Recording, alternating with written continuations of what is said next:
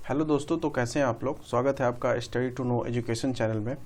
हम लोग पॉलिटी में आज एक और टॉपिक पर डिस्कस करेंगे जो कि एग्ज़ाम पॉइंट ऑफ व्यू से इम्पॉर्टेंट है। हम लोग आज डिस्कस करेंगे आर्टिकल 32 के बारे में, जिसमें हम लोग देखेंगे फंडामेंटल, ये जो आर्टिकल 32 है वो फंडामेंटल राइट्स के अंतर्गत आता है, जिसमें हम लोग फंडामेंटल राइट का अगर उल्लंघन होता है तो उसके अगेंस्ट में हम लोग क्या क्या कर सकते हैं वो आर्टिकल 32 में बताया गया है। हम लोग इसमें रिवीजन करेंगे समराइज वे में, और हम लोग देखेंगे कि आर्टिकल 32 में किन किन बातों के बारे में बताया गया है। तो आर्टिकल 32 में देखिए, सबसे पहले हम लोग आर्टिकल 32 के 1, 2, 3, 4 सब आर्टिकल को जानेंगे, जिसमें हम लोग पहले बात करते हैं आर्टिकल 32 के 1 के बारे में। इसमें कहा गया है कि फंडामेंटल राइट जो है वो इन्फोर्सेबल है। मतलब अगर आप जो फंडामेंटल राइट कॉन्स्टिट्यूशन में दिया हुआ है वो उसको आपको लागू करना है, वो हर एक लागू है ऑटोमेटिकली। अगर कॉन्स्टिट्यूशन आप सिटीजन ऑफ इंडिया है तो आपके ऊपर संविधान का सारा शर्त लागू है, जिसमें फंडामेंटल राइट भी आता है और वो आपके ऊपर लागू है, यानी कि इन्फोर्सेबल नहीं है। फंडामेंटल राइट इन्फोर्सेबल है, इसको हम लोग ऑटोमेटिकली लागू मानते हैं। ठीक है, तो ये आर्टिकल 32 में आपका कहा गया है। आर्टिकल 32 के 2 में अगर हम लोग बात करें तो इसमें बताया गया है कि जो भी फंडामेंटल राइट का उल्लंघन करेगा तो उसके खिलाफ रिट्स लाया जाएगा। रिट्स जिसको हम लोग हिंदी में कहते हैं समादेश रिट्स जो है 5 तरह के होते हैं, 5 टाइप के होते हैं, वो कि हम लोग नेक्स्ट वाले स्लाइड में देखेंगे। तो रिट्स जो होता है, जिसमें हम नाम अभी बता दे रहे हैं, habeas corpus, mandamus, prohibition, सर्शियरी, quo warranto, ये सारा हम लोग नेक्स्ट स्लाइड में देखेंगे। जैसे कि यहाँ पे आप लोग को दिख रहा है, तो ये सारा अभी हम लोग डिस्कस करेंगे कि इसके बारे में है क्या। ठीक है, और उसके बाद हम लोग आर्टिकल 32 के 3 में अगर हम लोग बात करें तो इसमें बताया गया है कि high court and supreme court के अलावा संसद भी रिट्स पावर रखती है।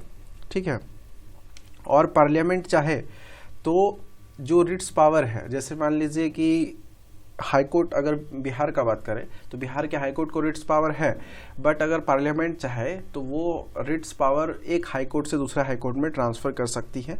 और अगर हम लोग बात करें रिट्स का, तो हाई कोर्ट का रिट्स जो होता है वो आपका आर्टिकल 226 में होता है हाई कोर्ट का, और सुप्रीम कोर्ट का बात करें तो आपका आर्टिकल 32 में होता है रिट्स, जो कि हम लोग अभी सुप्रीम कोर्ट के बारे में बात करेंगे, क्योंकि फंडामेंटल राइट का गार्जियन कौन है? Supreme court. तो सुप्रीम कोर्ट में आर्टिकल 32 में हम लोग बात करेंगे, बट हाई कोर्ट के बारे में बात करेंगे तो वो आर्टिकल 226 में आएगा। ठीक है, तो ये आपका क्या है, आर्टिकल 32 के 3 का सब आर्टिकल है, और इसमें बताया गया है कि संसद रिट्स के पावर किसी अन्य कोर्ट को भी दे सकता है, जो कि आर्टिकल 32 के 3 में है। अब हम लोग बात करते हैं आर्टिकल 32 के 4 के बारे में। इसमें बताया गया है फंडामेंटल राइट को कभी पोस्टपोन नहीं किया जा सकता है, निलंबित नहीं किया जा सकता है, बट एक्सेप्शन है। एक्सेप्शन है कब? जब मान लीजिए कुछ ऐसा कंडीशन, इमरजेंसी वगैरह हो जाए, या आर्टिकल 358 का अगर हम लोग बात करें, 358 अगर ऐसा होता है 358 या 359 में, तो इस कंडीशन में क्या होता है, फंडामेंटल राइट को सस्पेंड किया जा सकता है। बट फिर भी फंडामेंटल राइट अगर सस्पेंड होगा तो सारा नहीं होगा, उसमें 20 एंड 21 वो आपका फंडामेंटल राइट रहेगा ही। ठीक है, तो फंडामेंटल राइट्स सस्पेंड होंगे in the case of emergency. अगर आप इमरजेंसी के केस में इंडिया है, या प्रेसिडेंट रूल या कुछ ऐसा हो गया, ठीक है, इमरजेंसी का कंडीशन बनता है। ठीक है, एक्सेप्शन है आपका, तो उसमें 20 एंड 21 वो आपका राइट्स, फंडामेंटल राइट्स क्लोज नहीं होगा, वो लगा हुआ रहेगा आप पे, बाकी सारा को पोस्टपोन कर सकता है, मतलब फंडामेंटल राइट्स आपसे हट सकता है। ठीक है, तो ये था आपका आर्टिकल 32 के सब आर्टिकल के बारे में। अब हम लोग बात करते हैं रिट्स के बारे में, जो कि है रिट्स आर्टिकल 32 के 2 वाले सब आर्टिकल में। जैसा कि अभी हम डिस्कस किए, तो हम लोग सबसे पहले बात करेंगे हैवियस कॉर्पस का। तो स्टेट को इसमें क्या था, हैवियस कॉर्पस में हम लोग देख रहे हैं। इससे पहले हम लोग जो डिस्कस किए यहाँ पे सारा आर्टिकल, अब उसमें आर्टिकल 32 के 2 में था, ये बता दिया। अब यहाँ पे 38 और 358 और 359 जो है वो आपका, इसमें स्टेट गवर्नमेंट लॉ बना सकती है अगर ये इमरजेंसी के केस में है। ठीक है, तो इस आर्टिकल के तहत फंडामेंटल राइट को सस्पेंड किया जा सकता है, बट 2021 सस्पेंड नहीं होंगे। ठीक है, हम लोग अब बात कर रहे थे हैवियस कॉर्पस का, रिट्स का। तो रिट्स में हम लोग आगे बढ़ने से पहले सबसे पहले जान ले कि ये क्या है, एक तरह का पावर है जो कि high court and supreme court दोनों के पास होता है। आर्टिकल आपको हम जस्ट अभी तुरंत बताएं, 226 हाई कोर्ट का और 32 आपका सुप्रीम कोर्ट का, ठीक है। और इसमें देखिए क्या होता है, इसका जो सोर्स है ये कहाँ से लिया गया है, ये आपका ब्रिटेन से लिया गया है। और इसमें मौलिक अधिकार के शोषण के मामले पर क्या कहते हैं, जो भी अगर फंडामेंटल राइट्स का आपका वो होता है, शोषण होता है, तो उस पर अगेंस्ट ये रिट्स लागू किया जाता है कि फंडामेंटल राइट्स का हनन ना हो, कोई किसी तरह का फंडामेंटल राइट्स को के अगेंस्ट ना जाए, ठीक है। और इसमें क्या होता है, एक चीज़ और, इसमें अगर हम लोग देखें power of high court and supreme court का, तो इसमें हाई कोर्ट का पावर होता है ज़्यादा in comparison to supreme court. क्यों? क्योंकि ये आर्टिकल 32 में आता है, तो ये फंडामेंटल राइट को ही सिर्फ देखते हैं, बाकी और सब कुछ जो पावर है फंडामेंटल राइट के अलावा भी, फंडामेंटल राइट तो ये देखते हैं हाई कोर्ट 226 के अकॉर्डिंग। और इसमें जो भी कुछ लॉ से रिलेटेड भी अधिकार है जो स्टेट में होते हैं, तो वो भी इसके अंडर में आ जाता है। तो रिट्स के मामले में अगर पावर देखा जाए, वो हाई कोर्ट का ज़्यादा होता है, सुप्रीम कोर्ट का कम होता है, ठीक है। और इसमें जो यूज़ करते हैं रिट्स का, वो Supreme court and high Court ही करते हैं, बट 32 आर्टिकल में जो रिट्स हैं वो सुप्रीम कोर्ट ही करेंगे। तो सबसे पहले हम लोग अभी बात कर लेते हैं हैबियस कॉर्पस का। तो हैबियस कॉर्पस का सबसे पहले हिंदी जान लीजिए क्या होता है। इसका मतलब होता है बंदी प्रत्यक्षीकरण। बंदी प्रत्यक्षीकरण कहने का मतलब है कि जब स्वतंत्रता के अधिकार का उल्लंघन हो, मतलब हम अगर स्वतंत्र हैं तो उसका अगर उल्लंघन किया जाता है तो तब लगता है। तो और ये आर्टिकल 22 के 1 और 22 के 2 का उल्लंघन अगर करता है तो इसमें हम लोग हेबियस कॉर्पस लगाते हैं। मतलब कहने का मतलब किसी व्यक्ति को कोई बंदी बना के रखा है तो इसके अगेंस्ट हम लोग हेबियस कॉर्पस लगा के कोर्ट में जा सकते हैं। इस रिट्स को कोर्ट कभी मना नहीं करेगा। मान लीजिए ये रिट्स आप लेके जाते हैं हेबियस कॉर्पस का, तो कोर्ट जो है इसको कभी मना नहीं करेगा, ठीक है। इसको एक्सेप्ट करना ही है, करना ही है। और ये प्राइवेट एंड पब्लिक दोनों पे यूज़ होता है। अगर प्राइवेट कोई आदमी है या प्राइवेट कंपनी में है या कुछ प्राइवेट ऐसे लोग हैं या गवर्नमेंट कोई व्यक्ति हैं, तो उस पर भी ये हैबियस कॉर्पस लगता है। ये सारा इंपॉर्टेंट बता रहे हैं। हैबियस कॉर्पस किन पे लगता है? प्राइवेट एंड पब्लिक दोनों पे। अब इसमें कुछ एक्सेप्शंस हैं, तो एक्सेप्शंस देख लीजिए क्या है हैबियस कॉर्पस में। तो एक्सेप्शन में आपका है, यह रिट जारी नहीं किया जा सकता है। कब? एक्सेप्शन में देखिए क्या है, जब अवमानना का कोई मामला हो। अवमानना मतलब कि यानी कि कोर्ट का कुछ कोर्ट के अगेंस्ट अगर आप कुछ कर रहे हैं, हैबियस कॉर्पस, ठीक है। हैबियस कॉर्पस में बंदी अगर कोर्ट के अगेंस्ट में कुछ कर रहे हैं तो वहाँ पे अगर आपको बंदी बनाया है तो ये एक्सेप्ट नहीं होगा, ठीक है। कोर्ट के अगेंस्ट नहीं होना चाहिए, सेना न्यायालय के खिलाफ नहीं होना चाहिए। मतलब मार्शल कोर्ट जो होता है, जो सेना का जो न्यायालय होता है, उसके खिलाफ नहीं होना चाहिए। अगर होता है तो वो नहीं एक्सेप्ट किया जाएगा, कोर्ट एक्सेप्ट नहीं करेगी। और नेचुरल जस्टिस के मामले के खिलाफ नहीं होना चाहिए। इसका मतलब क्या है कि अगर इसमें जस्टिस आप वगैरह दे रहे हैं तो पक्ष विपक्ष दोनों को आपको इक्वल लेके चलना होगा। ऐसा नहीं कि आपका कोई रिलेटिव है तो आप उसके पक्ष में जाके दे रहे हैं। तो इसमें नेचुरल जस्टिस का भी बात किया गया है, ठीक है। नेचुरल जस्टिस आपको करना है। और इसमें सेना न्यायालय के अगेंस्ट नहीं होना चाहिए, कोर्ट का अवमानना नहीं होना चाहिए और कोर्ट के अधिकार क्षेत्र का मामला ना हो। मतलब अगर कुछ ऐसा मैटर हो जो कोर्ट के अधिकार क्षेत्र में आता है और वो हैबियस कॉर्पस में इंट्रोड्यूस किया गया है तो कोर्ट वहाँ भी इसको एक्सेप्ट नहीं करेगी। इसका मतलब क्या है कि आपको अगर कोई बंदी बना के रखा है, आप कोर्ट में जाइए, ठीक है, हैबियस कॉर्पस में। और ये आर्टिकल 21 और 22 के अगेंस्ट आप उसको हैबियस कॉर्पस के थ्रू आप कर सकते हैं काम। और कोर्ट इसके लिए मना नहीं करेगा। और प्राइवेट पब्लिक ये दोनों पे लगता है, ठीक है। तो ये यहाँ पे हैबियस कॉर्पस का सारा। और इसमें क्या होगा, यदि इसमें आपको मान लीजिए कोई अरेस्ट कर ले रहा है, अगर गिरफ्तारी वैध है, मतलब सही में कि आपको अरेस्ट करना चाहिए था, तो वहाँ पर भी आपका एक्सेप्शन है, यहाँ पे भी आपका हैबियस कॉर्पस नहीं लगेगा। या मान लीजिए कि जुडिशियल कुछ कॉन्ट्राडिक्शन आ गया तो वहाँ पर भी हैबियस कॉर्पस आपका नहीं लगेगा। तो ये सब सारा एक्सेप्शन था। फिर से आप रिकैप करके सुन लें अगर समझ में नहीं आया तो, ठीक है। अब हम लोग चलते हैं कहाँ पे? मैंडेमस में। तो अब मैंडेमस में देखिए क्या है। मैंडेमस का सबसे पहले हिंदी जान लीजिए। मैंडेमस का होता है परमादेश। परमादेश मतलब ये एक तरह का आदेश है, ऑर्डर है, ठीक है। और ये सिर्फ गवर्नमेंट के लिए होता है।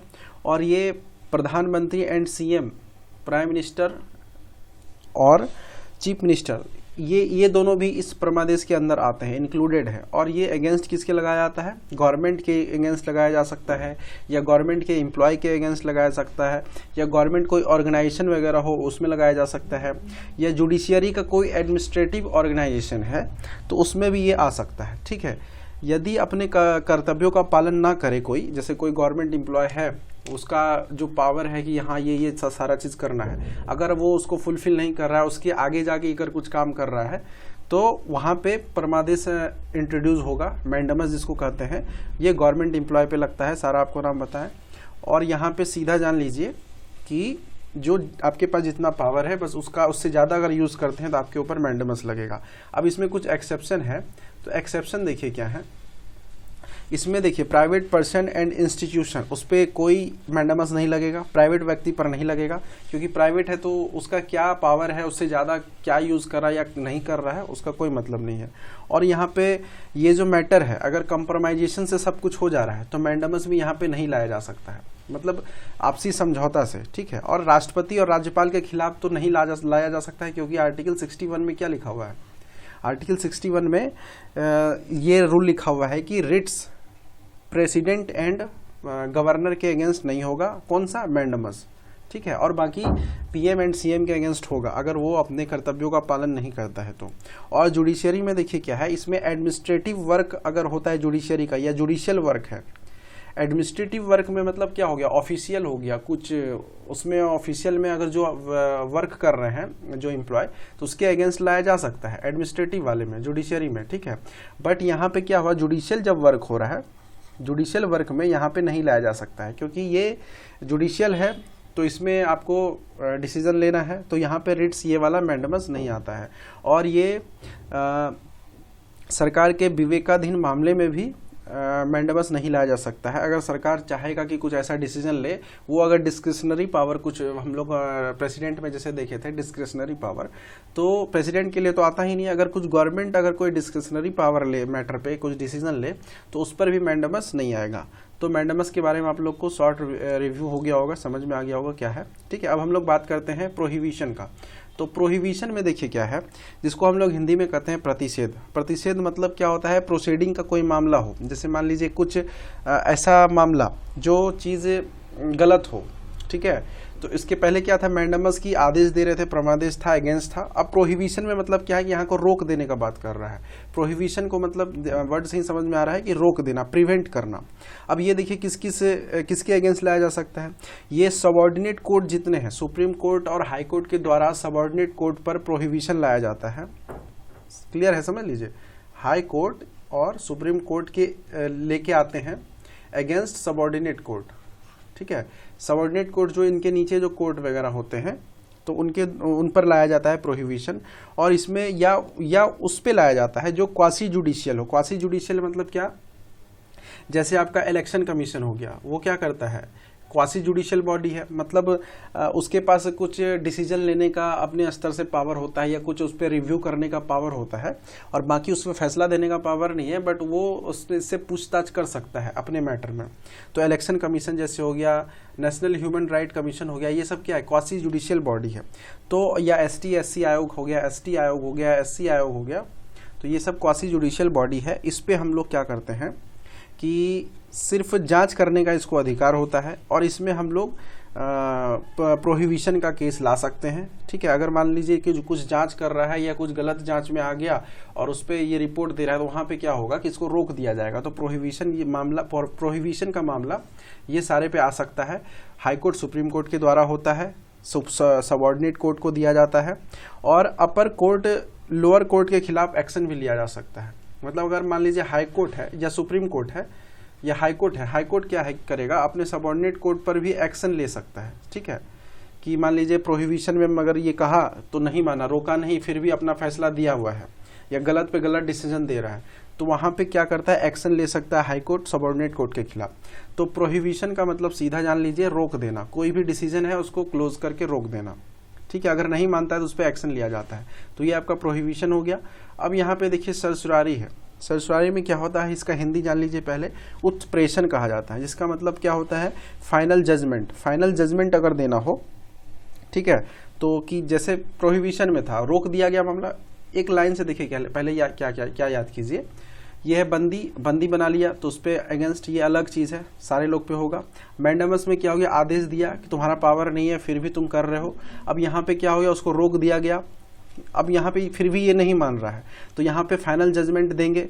फाइनल जजमेंट में होगा सर्सुरारी, ठीक है। अब इसमें क्या होगा, किस मैटर पे होता है, अगर जो भी प्रोहिबिशन से डिसीजन आया, ठीक है, प्रोहिबिशन देने के बाद जो डिसीजन लेके आए, अब सर्सुरारी में क्या होगा कि अगर वो डिसीजन रॉन्ग है तो उसको कैंसिल कर दिया जाएगा, अगर डिसीजन सही है तो उसको फॉलो कर लिया जाएगा, ठीक है। अब देखिए डिसीजन किस किस के अगेंस्ट लाया जा सकता है, फिर से वही बात जो प्रोहिबिशन में था, सबऑर्डिनेट कोर्ट के अगेंस्ट आएगा, by supreme court and high court, या क्वासी जुडिशियल बॉडी के अगेंस्ट आएगा, ठीक है, जैसे वोमेन कमीशन हो गया, ये सब क्या है, क्वासी जुडिशियल बॉडी है, या अपर कोर्ट किसी लोअर कोर्ट के खिलाफ एक्शन लेगा, ठीक है। अब ये सब सारा था जो प्रोहिबिशन में था वही सर्सुरारी में भी है, बट इसमें देखिए क्या है, जब नेचुरल जस्टिस, इसमें कुछ चीज़ का ध्यान रखा जाता है सर्सुरारी में कि नेचुरल जस्टिस होना चाहिए, अगर इसके अगेंस्ट होगा तो सर्सुरारी आएगा, ठीक है, नेचुरल जस्टिस होना चाहिए।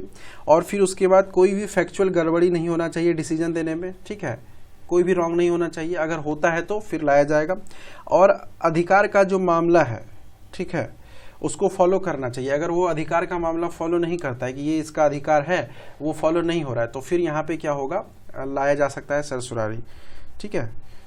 उत्प्रेषण सर्सरी, फाइनल जजमेंट जिसको कहते हैं, तो यहाँ पे आपका अगर रॉन्ग पाया गया तो आपको कैंसिल कर दिया जाएगा वो डिसीजन, अगर राइट पाया गया तो आप उसको फॉलो कीजिए। तो ये उत्प्रेषण है, इसका मतलब फाइनल जजमेंट यहाँ पे दिया जाएगा, तो समझने का कोशिश कीजिएगा, ठीक है।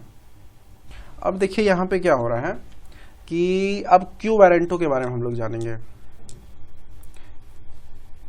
क्यू वारंटो में देखिए क्या होता है कि इसमें अधिकार परीक्षा होता है, अधिकार होता है कि जानने का कि आप किस पावर से आप इस पोस्ट पे बैठे हैं, किसी का भी अधिकार, अगर वो नहीं बताता है तो उसमें क्यू वारंटो आप लगा सकते हैं, ठीक है। तो क्यू वारंटो किसके किसके अगेंस्ट होता है, गवर्नमेंट या गवर्नमेंट एम्प्लॉय के अगेंस्ट, ठीक है, गवर्नमेंट या गवर्नमेंट एम्प्लॉय के अगेंस्ट, ठीक है।